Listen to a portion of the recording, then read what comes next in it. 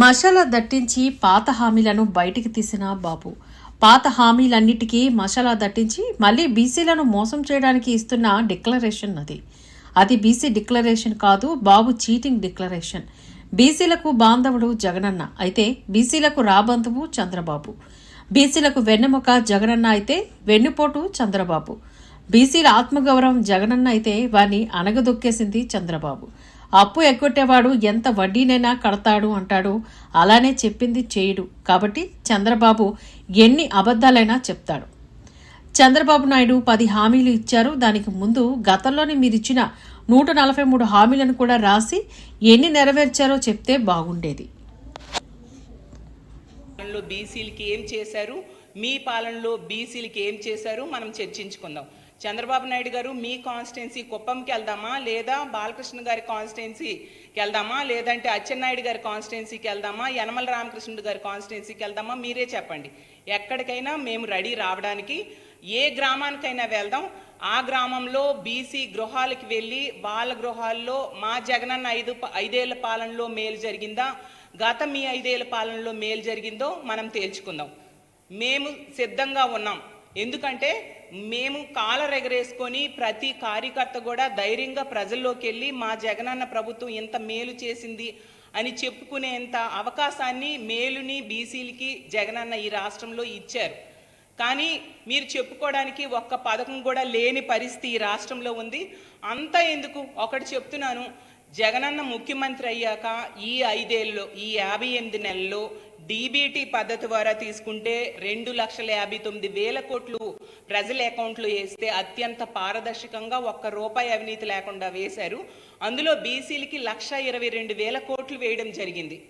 దీన్ని కాదనే దమ్ము ధైర్యం మీ పార్టీలు, మీ కూటమికి ఎవరికైనా ఉందా? చర్చించడానికి మీరు సిద్ధంగా ఉన్నారా? ఇంత మేలు మీ గవర్నమెంట్ టైంలో జరిగిందా? అలాగే తీసుకుంటే డీబీటీ, నాన్ డీబీటీ ద్వారా తీసుకుంటే 4,38,000 కోట్లు పేద ప్రజల అకౌంట్లో అయినా అన్ని రకాలుగా లబ్ధి చేకూర్చారు, డీబీటీ నాన్ డీబీటీ కలిపి. అందులో మా బీసీలకు తీసుకుంటే 1,73,000 కోట్లు ఇవ్వడం జరిగింది జగనన్న. మరి మీ 14 ఏళ్ళ హయాంలో తీసుకుంటే మొత్తం కలిపిన ఇంత మేలు మా బీసీలకి చేశారా చంద్రబాబు నాయుడు గారని నేను ప్రశ్నిస్తూ ఉన్నాను. ఇవి ఏమీ చేయకుండా ఏ మొహం పెట్టుకొని మీరు బీసీ ఓట్లు అడుగుతున్నారు, మళ్ళీ బీసీ డిక్లరేషన్ అనేసి ప్రజల ముందుకు వస్తున్నారు. మీకు అసలు బీసీలకు ఓట్లు అడిగే అర్హత ఉందా అని నేను అడుగుతూ ఉన్నాను. అలాగే తీసుకుంటే జగనన్న అంట మోసం చేస్తాడు అంటున్నారు కదా, అంటే 124 సార్లు బటన్ నొక్కి బీసీల అకౌంట్స్లో డబ్బులు వేసి వాళ్ళ జీవన ప్రమాణాలు పెంచడం మోసమా? అలాగే బీసీ కమిషన్ ఈ రాష్ట్రంలో జగనన్న ఏర్పాటు చేయడం మోసమా అని నేను అడుగుతూ ఉన్నాను. అలాగే తీసుకుంటే జగనన్న బీసీ డిక్లరేషన్ తీసుకురావడం, బీసీ కులగణనకు కూడా జగనన్న ఈ ఆంధ్రప్రదేశ్ రాష్ట్రంలో చేపట్టడం జరిగింది. అది జగనన్న చేసిన మోసమా? అలాగే బీసీ విద్యార్థుల కోసం ఫీజు రీఎంబర్స్మెంట్ చేపట్టడమే కాకుండా ఇచ్చిన గృహాల్లో మెజారిటీ లబ్ధిదారులు బీసీలే ఉన్నారు. అలాగే తీసుకుంటే ఇచ్చిన ఇళ్ల పట్టాల్లో మెజారిటీ లబ్ధిదారులు మా బీసీలే ఉండడం జరిగింది. అలాగే తీసుకుంటే ఈ మా బీసీని స్పీకర్గా అవకాశం ఇచ్చారు. అలాగే క్యాబినెట్లో జగన్ విశాఖ విజన్ ప్రకటనపై మాజీ మంత్రి గంటా శ్రీనివాసరావు సెటైర్లు. విశాఖ విజన్ పేరుతో సీఎం జగన్ చేసిన ప్రకటనపై మాజీ మంత్రి గంటా శ్రీనివాసరావు స్పందించారు. పరిపాలనా రాజధానిలో ఇన్నాళ్ళు పాలన మొదలు పెట్టడానికి ఏం అడ్డు వచ్చిందని ప్రశ్నించారు. ఎన్నికల ముందు 10 ఏళ్ల వ్యూహాల పేరుతో కొత్త నాటికలు కాదా అని తీవ్ర స్థాయికి ధ్వజమెత్తారు. పరిపాలనా రాజధాని అని చెప్పి విశాఖ ప్రజల్ని 3 ఏళ్లుగా మోసం చేయడం మీ చేతగాని కమిట్మెంట్. ఐటీ హిల్స్ నుంచి దిగ్గజ కంపెనీలో వెళ్ళిపోతున్నా చూస్తూ ఉండడం మీ రోడ్డు మ్యాప్ అని మాజీ మంత్రి గంటా శ్రీనివాసరావు పేర్కొన్నారు. అలాగే విశాఖపట్నంలో ఉన్న ఇండస్ట్రీ, ట్రేడ్ అందరూ ప్రజలు కూడా పిలిచి దాంట్లో ఆయన యొక్క విజన్ పంచుకున్నారు. మామూలుగా ఎవరైనా చిత్తశుద్ధి ఉంటే, నిజాయితీ ఉంటే ఇటువంటి కార్యక్రమాలకు ఎప్పుడు కూడా ఒక టైం ఫ్రేమ్ ఉంటుంది. జనరల్గా గవర్నమెంట్ వచ్చిన వెంటనే వాళ్ళు ఏం చేయాలనుకుంటున్నారు, వైజాగ్ ఏం చేయాలి, లేదా స్టేట్ మొత్తం అనే హోల్ ఏం చేయాలి, ఇవన్నీ కూడా వాళ్ళ ఆలోచనలు అవి షేర్ చేసుకుంటారు, తప్పులేదు. కానీ ఇక్కడ విచిత్రం ఉద్యోగం ఏంటంటే ఇంకొక 4-5 రోజుల్లో మ్యాక్సిమం 1 వీక్లో ఎలక్షన్ షెడ్యూల్ రాబోతా ఉంది. అంటే ఏదైతే 2019లో ఎన్నిక కాబట్టి ప్రభుత్వం ఉందో దానికి అంతిమ గడువులు సమీపిస్తూ ఉన్నాయి. వన్స్ షెడ్యూల్ వచ్చిందంటే ఎలక్షన్ కోడ్ స్టార్ట్ అవుతుంది, మొత్తం ఎలక్షన్ ప్రాసెస్ స్టార్ట్ అవుతుంది. ఎలక్షన్లో గెలిచిన తర్వాత మళ్ళీ కొత్త ప్రభుత్వానికి ఏదైనా చేసే అవకాశం ఉంటుంది. ఏ విధంగా చూసినా కూడా అది ఏ సర్వే రిపోర్ట్ చూసినా లేకపోతే ఏ వర్గాలతో మాట్లాడినా ఎక్కడ ఫీడ్బ్యాక్ చూసినా కూడా ఈ ప్రభుత్వానికి మళ్ళీ ఎన్నికల్లో ఏ మాత్రం కూడా గెలిచే అవకాశం లేదనే విషయం స్పష్టంగా అందరూ చెప్తున్న నేపథ్యంలో ఇప్పుడు ఆయన నిన్న విశాఖపట్నంలో ఈ విశాఖ డాక్యుమెంట్ రిలీజ్ చేయటం ఏదైనా కొంచెమైనా సిగ్గుంటే ఆయన నిజంగా ఆలోచించాలి. ఇప్పటికే విశాఖపట్నం పట్ల జగన్మోహన్ రెడ్డి గారి యొక్క ఆలోచన ఏ విధంగా ఉందో దానికి ప్రజలు ఏ విధంగా తీర్పిచ్చారో మనం చూస్తూ ఉన్నాం. ఆయన పార్టీ పెట్టిన దగ్గర నుంచి కూడా 2014లో మొట్టమొదటిసారిగా ఎన్నికల్లో రాష్ట్రం మొత్తం కూడా వైఎస్ఆర్ పార్టీ పోటీ చేసింది. అంతకుముందు బై ఎలక్షన్లో పోటీ చేసిన తర్వాత ఫుల్ ఫ్లెడ్జెడ్గా అన్ని ఎలక్షన్లో పోటీ చేసింది 2014. మరి 2014 ఎన్నికల్లో కూడా విశాఖ నుంచి ఆ పార్టీ అప్పుడు గౌరవ అధ్యక్షురాలు ఎవరైతే వైఎస్ విజయం ఉన్నారో వైఎస్ విజయమ్మని విశాఖపట్నం ఎంపీగా పోటీ చేయించారు. మరి మీ అందరూ కూడా తెలుసు ఆ రోజు తీర్పు ఎలా వచ్చిందో. వైఎస్ విజయమ్మని ఘోరంగా అంటే భారీ మెజార్టీతో దాదాపు 2 లక్షల పైగా మెజారిటీ తోటి మన బీజేపీ నుంచి హరిబాబు గారు ఉమ్మడి అభ్యర్థిగా పోటీ చేస్తే ఆయన ఒక ఘన విజయం సాధించారు విజయం గారికి. అంటే విశాఖపట్నం ప్రజలు ఎలాంటి వ్యక్తులు కోరుకుంటున్నారు, ఎలాంటి పార్టీలు కోరుకుంటున్నారు, ఎలాంటి అభ్యర్థులు కోరుకుంటున్నారు అనేది ఆ 2014 ఎన్నికల్లో వైఎస్ విజయమ్మ ఎన్నికల ద్వారానే ఈ ప్రజలు స్పష్టంగా చెప్పారు. వైఎస్ఆర్ కాంగ్రెస్ పార్టీ తరపున రాజమండ్రి ఎంపీ సీటును ముఖ్యమంత్రి వైఎస్ జగన్మోహన్ రెడ్డి బీసీలకు ఇచ్చాడని, చంద్రబాబు పవన్ కళ్యాణ్కు ఆ దమ్ముందా అని ఎంపీ మార్గని భరత్ ఛాలెంజ్ చేశారు. చంద్రబాబు బీసీలను మరోసారి మోసం చేసేందుకు వస్తున్నారని, జాగ్రత్తగా ఉండాలని ఆయన సూచించారు. చంద్రబాబు బీసీలకు ఎన్ని సీట్లు ఇచ్చారని మార్గాని భరత్ ప్రశ్నించారు. ఎన్నికలు వచ్చినప్పుడే చంద్రబాబుకు బీసీలు గుర్తొస్తారు. బీసీలకు వైఎస్ఆర్సీపీ చేసిన న్యాయం మీరు ఎప్పటికీ ఇవ్వలేరని అన్నారు. వయసు నాది చిన్నదే, బుద్ధిలో కాదు. ఇవాళ గౌరవ ముఖ్యమంత్రి జగన్మోహన్ రెడ్డి గారి నేతృత్వంలో సింగిల్ బటన్ నొక్కుతా ఉన్నారు. డైరెక్ట్గా బ్యాంక్ ఖాతాల్లో డబ్బులు పడతా ఉన్నాయి. డబ్బు బీసీల ఖాతాల్లో నువ్వు డిక్లరేషన్ పెట్టుకోలేమో. జగనన్న ఏలూరు సభ సాక్షిగా బీసీలకు ఇచ్చిన మాట ప్రకారంగా ఆయన ఇంకా 75,000 కోట్లే చెప్పారు జగనన్న. కానీ ఇవాళ ఆంధ్రప్రదేశ్ రాష్ట్రంలో బీసీలకి బ్యాంకులో పడిన నిధులు ఎంత అనంటే సుమారుగా 170,000 కోట్ల రూపాయలు బీసీల ఖాతాల్లో పడిందండి. ఇవాళ నేనేమి అబద్ధాలు మాట్లాడట్లా, లెక్కలున్నాయి. ఇవాళ కులాలు ఎన్నైతే కులాలు ఉన్నాయో 150 కులాలు ఎన్నైతే కులాలు ఉన్నాయో ఆ కులాలకు సంబంధించి నేను మాట్లాడుతూ ఉన్నా. ఇవాళ పథకం ఏ రూపైనా కానివ్వండి, నిన్న తెలుగుదేశం పార్టీ వాళ్ళు చెప్తా ఉన్నారు, నిజంగా ఆశ్చర్యం అనిపిస్తూ ఉంది. మీరేదో తీసుకొచ్చి చేయూత పథకానికి కనుక ఇచ్చి అది బీసీల ఖాతాల్లో పెడుతున్నారు ఏంటండి అని అంటా ఉన్నాడు. నాకు ఆశ్చర్యం అనిపిస్తూ ఉంది. ఇప్పుడు పథకం పేరు ఏదైతే ఏంటి, డబ్బు వచ్చిందా లేదా, అదే నేను సూటిగా ప్రశ్నిస్తా ఉన్నా. ఇప్పుడు మీరు బీసీ నిధులు అని చెప్తా ఉన్నారు, మీరు ఆ పేరు పెడుతున్నారు, మేము వివిధ పేర్లు పెడుతున్నాం. బీసీల ఖాతాల్లో డబ్బు వెళ్ళిందా లేదా? ఇవాళ చేయూత అయితే కానీ, ఆసరా అయితే కానీ, అమ్మఒడి అయితే కానీ, లేకపోతే ఏ పథకమైనా తీసుకోండి. ఇంకా చంద్రబాబు నాయుడు గారు ఒకవేళ వస్తే, ఆయన ఎలా వచ్చేది లేదు పెట్టేది లేదు, 150,000 కోట్లు అని చెప్పి అబద్ధపు మాటలు మాట్లాడుతూ ఉంటారు. ఇవాళ ప్రజలు ఎవ్వరు కూడా ఈ చంద్రబాబు నాయుడు గారిని నమ్మేదానికి ఎవరు కూడా సిద్ధంగా లేరు.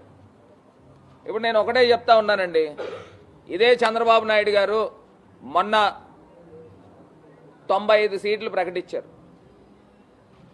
ఆ 95 సీట్లలో 95 అన్న 95 సీట్లలో కేవలం 18 మందికే ఆయన బీసీలకు సీట్లు ఇచ్చాడు. మరి ఇదేనా తెలుగుదేశం పార్టీ? బీసీలు డిఎన్ఏ తెలుగుదేశం పార్టీ అని చెప్తా ఉన్నాడు. మరి ఇదేనా? ఇది మోసం కాదా? 3% ఉన్న కమ్మ సామాజిక వర్గం, మీ సామాజిక వర్గం 30 సీట్లు ఇచ్చావే, 21 సీట్లు ఇచ్చావే. మరి దాన్ని ఏమంటారు? 55 నుంచి 60% ఉన్న బీసీలకి 18 సీట్లా? 3% ఉన్న మీ సామాజిక వర్గానికి 21 సీట్లా? దీన్నే నా సామాజిక న్యాయం అంటే? దీనేనా బీసీలు డిఎన్ఏ తెలుగుదేశం అని చెప్తా ఉన్నావు? ఇదేనా? సాటి బీసీగా నేను అడుగుతా ఉన్నా. ఇవాళ రాజమండ్రి పార్లమెంట్ నేనే ఉదాహరణ. స్వతంత్రం వచ్చిన తర్వాత మొట్టమొదటిసారిగా జగనన్న బీసీలకు ఇచ్చాడు. నువ్వు ఈ రోజుకైనా సాహసం చేస్తా ఉన్నావా అని అడుగుతా ఉన్నా. ఇదే చంద్రబాబు నాయుడు గారిని, ఇదే పవన్ కళ్యాణ్ గారిని అడుగుతా ఉన్నా. కనీసం ఈ రోజుకైనా మీరు సాహసం చేస్తున్నారా? సాహసం అని కూడా అనట్లా, మాకు న్యాయం చేస్తున్నారా అని అడుగుతా ఉన్నా. లేదే. ఇదే రాజమండ్రి పార్లమెంట్ కానీ, ఇదే రాజమండ్రి అసెంబ్లీ కానీ, ఇదే రాజమండ్రి రూరల్ కానీ 3 సీట్లు బీసీలకు ఇస్తా ఉన్నారే జగనన్న. మరి మీరెవరికి ఇస్తున్నారండి? బీసీలకు ఒకటే ఇస్తున్నట్టు ఉన్నారు 3 ఆటల్లో. మరి దీన్నే నా అంటారు బీసీలకు న్యాయమని? ఇవాళ చంద్రబాబు నాయుడు గారికి కానీ, పవన్ కళ్యాణ్ గారికి కానీ ఓపెన్ ఛాలెంజ్ చేస్తా ఉన్నా. మేమిచ్చిన బీసీ సీట్లు ఎమ్మెల్యేలకి ఆ స్థాయిలో మీరు ఇవ్వగలరా? ఇది ఫస్ట్ అంశం. మీరు బీసీ డిక్లరేషన్లో పెట్టండి. మేము ఎంతమందికి అయితే ఎమ్మెల్యేలుగా బీసీలకు ఇస్తా ఉన్నామో మీరు ఇవ్వగలరా? మేము ఎంతమందికి అయితే బీసీలకు ఎంపీ సీట్లు ఇస్తా ఉన్నామో అన్ని సీట్లు మీరు బీసీలకు ఎంపీలు ఇవ్వగలరా? సూటిగా ప్రశ్నిస్తున్నా. మీ చిత్తశుద్ధి ఏంటనేది ఇవాళ క్లియర్గా ప్రజలకు అర్థమవుతుంది. ఇది కాకుండా రెండో అంశం దగ్గరకు వస్తే, మరి చంద్రబాబు నాయుడు గారికి 42 ఇయర్స్ ఇండస్ట్రీ అని చెప్తా ఉన్నాడు నేను స్టేజ్ పైన. ఈ 42 ఇయర్స్ ఇండస్ట్రీలో మా బీసీలు రాజ్యసభ చేయడానికి పనికిరారండి? అంటే మీ పక్కన కూర్చోడానికి పనికిరారండి? ఎంతమందికి రాజ్యసభ సీట్లు మీరు? విశాఖ గాజువాక దువ్వాడ పోలీస్ స్టేషన్ పరిధి అక్షయ గ్రాండ్ లో భూ కబ్జాలు, ఇతర భూ తగాదాల సమస్యలపై ఫిర్యాదు కొరకు ప్రత్యేక స్పందన కార్యక్రమం ఏర్పాటు చేసిన డీసీపీ మేకా సత్యబాబు. ఈ కార్యక్రమంలో Duvvada police station circle inspector Yerram Naidu అధిక సంఖ్యలో పాల్గొన్న భూ తగాదా ఫిర్యాదుదారులు. గౌరవ కమిషనర్ ఆఫ్ పోలీస్ వారి ఆదేశాల మేరకు విశాఖపట్నం సిటీలో కొంచెం ల్యాండ్ ఇష్యూస్ ఎక్కువగా ఉన్నటువంటి ఆల్ పోలీస్ స్టేషన్స్ లిమిట్స్లో ఈ ల్యాండ్ గ్రాబింగ్ సంబంధించి ఎటువంటి సంఘటనలు జరగకుండా ఈ స్పందన కార్యక్రమాన్ని ఏర్పాటు చేయడం జరిగింది. ఎందుకంటే ఈ నూతన ఈ రాజధాని నగరంలో ప్రజలందరి యొక్క వాళ్ళ ప్రాణమానాలతో పాటు వాళ్ళ ఆస్తులకు కూడా రక్షణ ఉండాలనేటువంటిది ప్రభుత్వం యొక్క ఉద్దేశం. ఈ ఉద్దేశం మేరకు ఎక్కడైతే ఈ land disputes, land grabbing issues ఎక్కడైతే ఉన్నాయో అక్కడ ప్రజల నుంచి ఫిర్యాదులు స్వీకరించి ఆ ఫిర్యాదుల్ని చట్టపరంగా ఏ విధంగా డిస్పోజ్ చేయాలో ఆ విధంగా డిస్పోజ్ చేయమని చెప్పేసి ఆదేశాలు ఇవ్వడం జరిగింది. దాంట్లో భాగంగానే ఈరోజు దువ్వాడ పోలీస్ స్టేషన్ పరిధిలో ఇటు సిటీ డెవలప్ అవుతూ ఉంది. ఇక్కడ వస్తున్నటువంటి యొక్క ల్యాండ్ గ్రాబింగ్ ఇష్యూస్ అన్నట్లని కూడా ఒకసారి తెలుసుకొని వాటి మీద ఏదన్నా క్రిమినల్ కంటెన్షన్స్ ఏమన్నా ఉన్నట్లయితే దాని ప్రకారం క్రిమినల్ చర్యలు తీసుకుంటాము. లేదన్నట్లయితే అది సివిల్ డిస్ప్యూట్గా ఉన్నట్లయితే చట్ట ప్రకారం కోర్టులు, గౌరవ కోర్ట్స్ ఏ విధంగా అయితే దాన్ని ఆర్డర్స్ ఇస్తారో దాని ప్రకారం డిస్పోజ్ చేయడం జరుగుతుంది. ఇప్పటి వరకు అయితే ఒక దగ్గరగా ఒక 20 వరకు ఫిర్యాదులు వచ్చినాయి. తప్పనిసరిగా దీని మీద క్లియర్ ల్యాండ్ గ్రాబింగ్ ఉండి, క్రిమినల్ కంటెన్షన్స్ ఉండి, అన్యాయంగా ఎవరి భూమిని ఆక్రమించేటువంటి అటువంటి ఏమైనా జరిగితే తప్పనిసరిగా వారి మీద క్రిమినల్ చర్యలు తీసుకోవడం జరుగుతుంది. ల్యాండ్ గ్రాబర్స్ ఎవరిని కూడా స్పేర్ చేసేది లేదు. ప్రత్యేకంగా ధన్యవాదాలు. 41వ వార్డు కార్పొరేటర్ గారు శ్రీమతి కోడిగుడ్ల పూర్ణిమాదేవి గారికి వారికి కూడా ప్రత్యేకంగా ధన్యవాదాలు. మేడం శిరీష అసిస్టెంట్ కమిషనర్ వారికి ప్రత్యేకంగా ధన్యవాదాలు తెలియజేస్తా ఉన్నాము. ఎర్నిమాంబ అమ్మవారి దేవాలయం ఈవో గారికి ప్రత్యేకంగా ధన్యవాదాలు తెలియజేస్తా ఉన్నాము. ఈరోజు ధర్మకర్త మండలి సభ్యులందరూ కూడా, ఈ యొక్క ఆలయ సభ్యులందరూ కూడా ప్రమాణ స్వీకారం జరపడం జరిగింది. అతి పవిత్రమైన దేవాలయం. ఈ దేవాలయానికి సేవ చేసుకోవడానికి భాగ్యం కలగాలి. ఎందుకంటే చాలా సంవత్సరాల నుండి ట్రస్ట్ బోర్డు లేదు. ఇదే మొదటి ట్రస్ట్ బోర్డు. గత 10 సంవత్సరాల నుండి కూడా అనేక అడ్లు వేస్తూ ఉన్నారు. కావాలని కోర్టుకు వెళ్ళడము, స్టే తీసుకొని రావడము. ఈ ఆలయ అభివృద్ధి వాళ్ళకి ఇంట్రెస్ట్ లేదు. కానీ ఆలయం మీద వచ్చే ఆదాయం మాత్రం తినడానికి చాలా రూపుల్లో అనేక రూపుల్లో వాళ్ళేమో పంచుకున్నారు.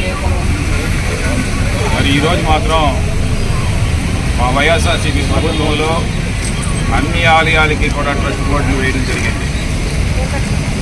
సుమారు ఈ విశాఖపట్నం దక్షిణ నియోజకవర్గంలో 20 టెంపుల్స్కి ట్రస్ట్ బోర్డు మెంబర్స్ వేసాము, చైర్మన్స్ వేసాము.